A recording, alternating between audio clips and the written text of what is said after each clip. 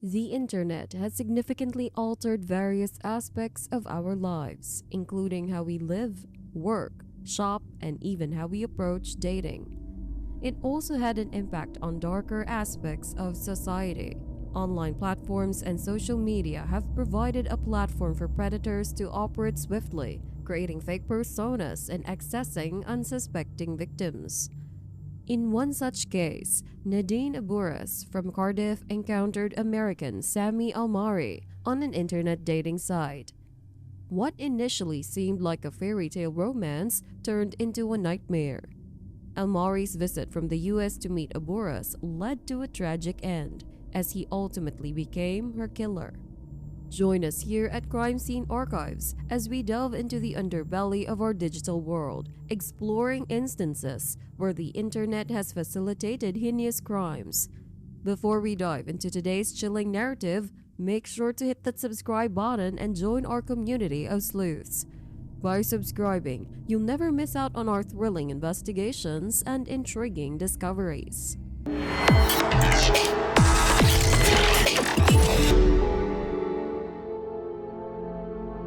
Warning: this video contains graphic content related to crime scenes. It is intended for educational purposes only.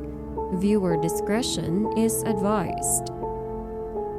Over the past decade, the landscape of dating has evolved drastically, with 1 in 5 relationships in the UK starting online. Nadine Aburas, like millions of others, sought companionship through digital means. Despite the promise of love, her encounter with Almari ended in tragedy. This video examines the transformation of dating culture and the risks associated with forming connections in the virtual realm. Nadine Aburas, a beloved member of her community, had aspirations of finding love. Her venture into online dating seemed promising initially.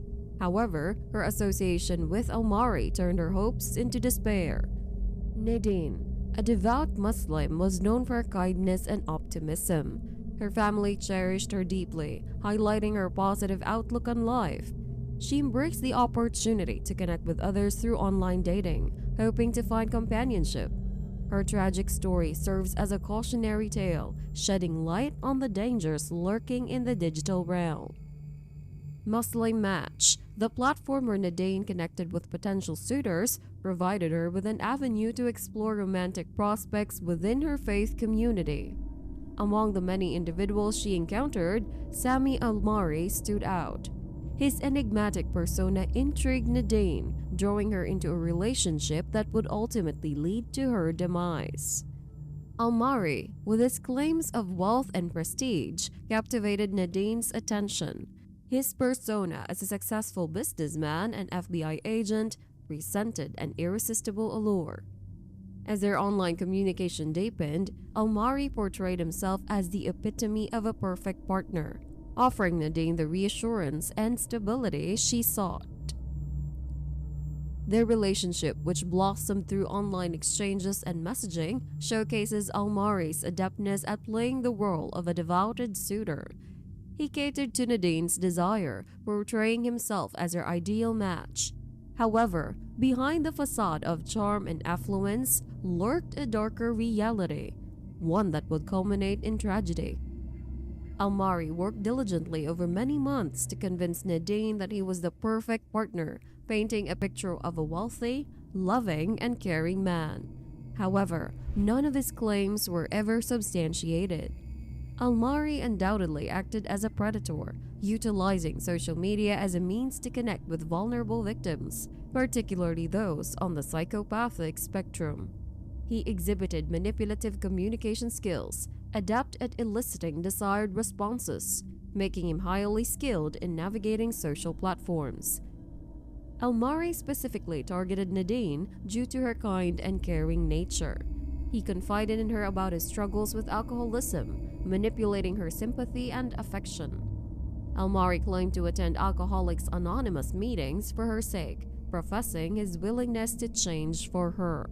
Presenting himself as Nadine's ideal partner, charming, sophisticated, and in need of saving, Almari carefully groomed her.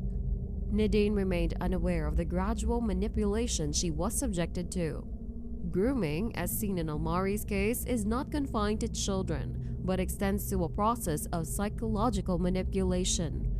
From their initial interaction on Muslim Match, Nadine was already a victim of Almari's manipulation. Initially, Nadine and Almari conducted their relationship predominantly online, communicating via Skype, email, phone calls, and text messages. However, both were eager to meet face-to-face, leading to Almari's visit to Cardiff in 2013.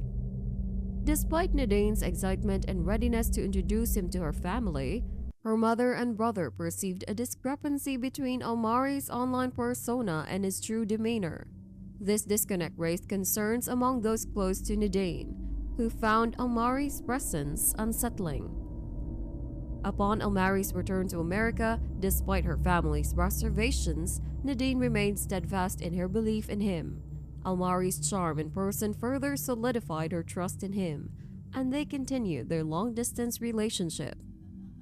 Despite the challenges posed by such arrangements, Nadine remained committed.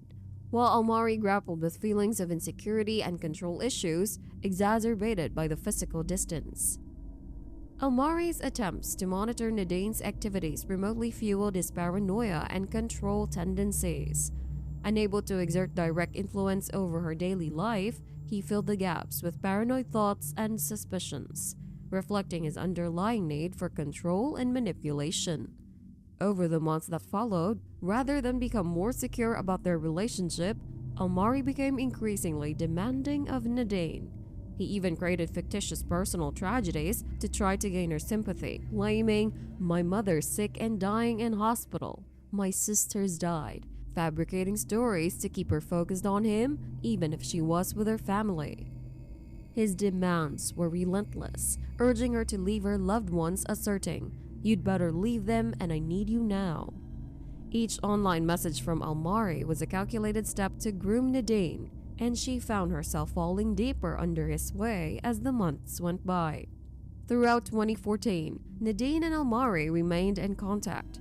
That summer, Nadine flew over to stay with him in a trip entirely funded by him. Nadine was excited at the idea of a dream holiday to the Big Apple with her perfect man. However, her excitement turned to horror as her dream trip quickly spiraled into a nightmare. Upon her return from New York, Nadine bore physical evidence of her ordeal: bruised eyes, swollen lips, and considerable weight loss from her short time there. Reluctant to discuss the details, Nadine hinted at a harrowing experience, indicating that something had gone terribly wrong. According to Nadine, when she arrived in New York, Almari drove her from the airport to a house that bore no resemblance to the images he had shown her online. It was there that Nadine found herself held captive in a basement, her prison of despair. Shockingly, her imprisonment was not the worst of it. Nadine revealed that Almari had attempted to rape her, a traumatic experience she struggled to admit fully, even to her family. The reality of who Almari truly was hit her like a sledgehammer, leaving her terrified and shattered.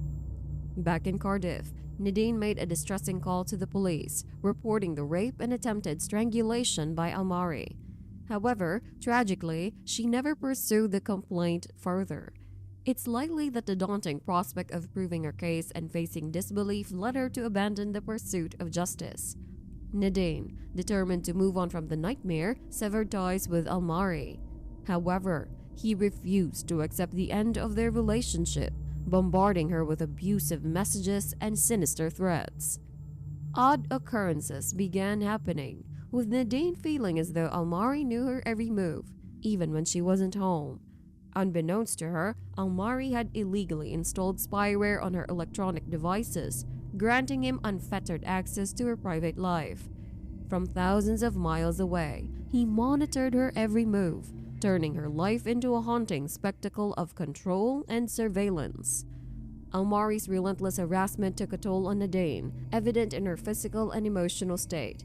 She appeared drained, with bags under her eyes, a loss of focus, and diminishing happiness. Concerned of her well-being, her family intervened, threatening to confiscate her phone if she didn't change her routine. Almari's behavior, marked by possessiveness and manipulation, transcended into cyber stalking of the most extreme nature. These actions are indicative of a deeply disturbed individual capable of the most heinous and brutal acts. If Nadine thought things couldn't get any worse, Almari then resorted to blackmail. She revealed that he possessed compromising pictures of her, once in various states of undress, and was using them to blackmail her, threatening to expose her if she didn't comply. This threat left Nadine feeling like she had no choice but to leave Cardiff and abandon her life there. During their relationship, Almari had obtained photographs of Nadine, which, while not necessarily explicit, were private and not meant for anyone outside their relationship. It's understandable that Nadine would be hesitant about these images being shared with others, particularly given the potential consequences, especially within her cultural context. Nadine attempted to keep this blackmail from her family, but her brother stumbled upon her secrets while browsing through her phone.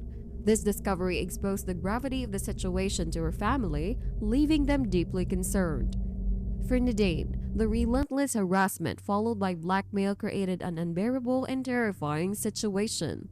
Ultimately, Almari's goal was to regain control over her, even if it meant resorting to electronic means from afar. Despite being physically distant in New York, he remained determined to exert his influence over Nadine and ensure she stayed connected to him. As Nadine attempted to move on and connect someone new, Almari's jealousy and possessiveness escalated. Desperate to maintain his grip on Nadine, he continued to stalk her electronically, refusing to let her slip away. When traditional methods of control failed, Almari decided to confront Nadine in person, demonstrating the lengths he was willing to go to assert his dominance and control over her. Nadine's willingness to meet with Almari, despite the risks, demonstrates the complex dynamics at play in abusive relationships. Despite her desire for closure and to prevent further harm, Nadine may have felt compelled to comply with Almari's demands, a common response for victims of stalking and manipulation. We have an incomplete understanding of the events that unfolded after Almari's arrival in the UK on December 27, 2014. However, thanks to the efforts of her family and CCTV footage, we have some insights into Nadine's final 4 days. The day following Almari's arrival, Nadine cancelled her cinema date, citing feeling unwell after her trip to London. She then sent another message explaining that a complicated situation had arisen, hinting at the emergence of an ex-partner on the scene.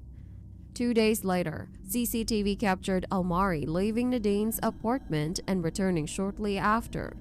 Nadine's brother An arrived to collect some mail and noticed unusual activity inside the apartment. He confronted the presence he observed through a letterbox, leading to a tense encounter after entering. Following an altercation with An, Nadine arrived at the apartment accompanied by her older brother Jamal. Protected by her brothers, Nadine made it clear to Almari that she wanted nothing to do with him, and Jamal escorted him to Cardiff Central Railway Station, warning him to stay away from his sister for good. Despite being rebuffed, Almari had no intention of giving up. He checked into a hotel in Cardiff Bay, where he began drinking heavily. He then contacted Nadine, claiming he had left his passport and phone, and persuaded her to meet him at the hotel. Nadine agreed, feeling compelled to comply with his demands. Nadine arrived at the hotel, and they went out to a nearby restaurant, where witnesses noted tension between them. Upon returning to the hotel, Nadine accompanied Almari to his room and was never seen alive again. 2 years after their initial online encounter, Almari committed the ultimate act of violence against Nadine, leaving her lifeless body in the hotel room. While Nadine's family frantically tried to reach her, her body remained undiscovered until the hotel staff made the grim discovery. Nadine's body was discovered by the duty manager when they entered the hotel room. The room was found to be disheveled, with towels scattered on the floor, drawers moved, and bottles strewn about. There were also signs that Nadine's body had been washed, and she was found underneath the bed covers, with only her face visible at the top. This discovery marked the tragic end of Nadine's life, and her family was left devastated by the grim revelation. Almari's actions following the murder demonstrated a callous disregard for human life as he attempted to flee the country, leaving behind a trail of destruction and grief for Nadine's loved ones. Following the discovery of Nadine's body, the authorities conveyed the devastating news to her family. Jamal, her brother, entered with 2 women, signaling that something grave had occurred. They were informed of Nadine's passing, prompting an immediate realization: Almari was responsible. Recollecting the moment, the pain was palpable, a sentiment no one would wish upon even their worst foe. Almari, equipped with funds, sought to evade justice. He embarked on a flight to Qatar, then Tanzania, driven by a relentless pursuit to escape accountability. Ironically, he maintained contact with UK authorities, concocting elaborate lies to justify Nadine's demise. His actions hinted at a fractured mental state, exhibiting a disturbing detachment from reality. Despite his efforts to elude capture, Almari's flight eventually led to his arrest. Subsequent investigations unveiled the brutality inflicted upon Nadine: 17 bruises, marks, and abrasions, including a bite mark on her forearm. The savagery of the assault indicated a complete lack of control, underscoring Almari's sociopathic nature. During his trial, Almari initially pleaded manslaughter, citing diminished responsibility. However, he abruptly altered his plea to murder, attributing his actions to divine commands. The court handed down a life sentence, recognizing the danger he posed to society. His manipulative tactics and online abuse epitomized the insidious nature of cyber-enabled predation. Furthermore, Almari's international flight and subsequent attempts to mislead authorities underscored the complexity of the investigation. Despite the challenges, diligent efforts by law enforcement led to his apprehension, ensuring accountability for his heinous crime. The case highlighted the importance of cross-border cooperation and technological advancements in combating cyber-enabled crimes. Reflecting on the tragedy, Nadine's family grappled with irreparable loss and lingering questions. They urged vigilance against online predators, advocating for awareness and proactive measures to prevent similar tragedies. Their shattered lives serve as a sobering reminder of the perils lurking behind digital screens, emphasizing the imperative of safeguarding vulnerable individuals from the clutches of virtual predators. As we bring this narrative to a close, let Nadine's harrowing tale serve as a stark reminder of the importance of peeling back the layers and truly understanding those we welcome into our lives. In today's digital age, where personas can be meticulously crafted and identities obscured, it's crucial not to be seduced by the illusion of online connections. Nadine's journey underscores the need to delve beyond surface appearances, to seek genuine connections rooted in authenticity and mutual respect. Let her story stand as a cautionary beacon, guiding us to navigate the complexities of modern relationships with vigilance and discernment. And for further insights into the intricate web of human behavior, we encourage you to explore our previous video on Bob Crane, his tale of living a double life, juxtaposing the public image of a public man with the hidden reality of a man consumed by his darker desires, offers valuable lessons on the masks we wear and the truths we conceal. Thank you for accompanying us on this exploration. May Nadine's legacy inspire us to approach our digital interactions with mindfulness and empathy, always cognizant of the profound impact they can wield on our lives and the lives of those around us. If you found this video insightful, don't forget to like, comment, and subscribe to Crime Scene Archives for more gripping stories like this. By staying engaged, you're not only supporting our work, but also spreading awareness about the importance of understanding the realities behind online personas. Together, let's unravel the mysteries and delve deeper into the human experience. Subscribe now and join us on our journey through the fascinating world of crime investigation.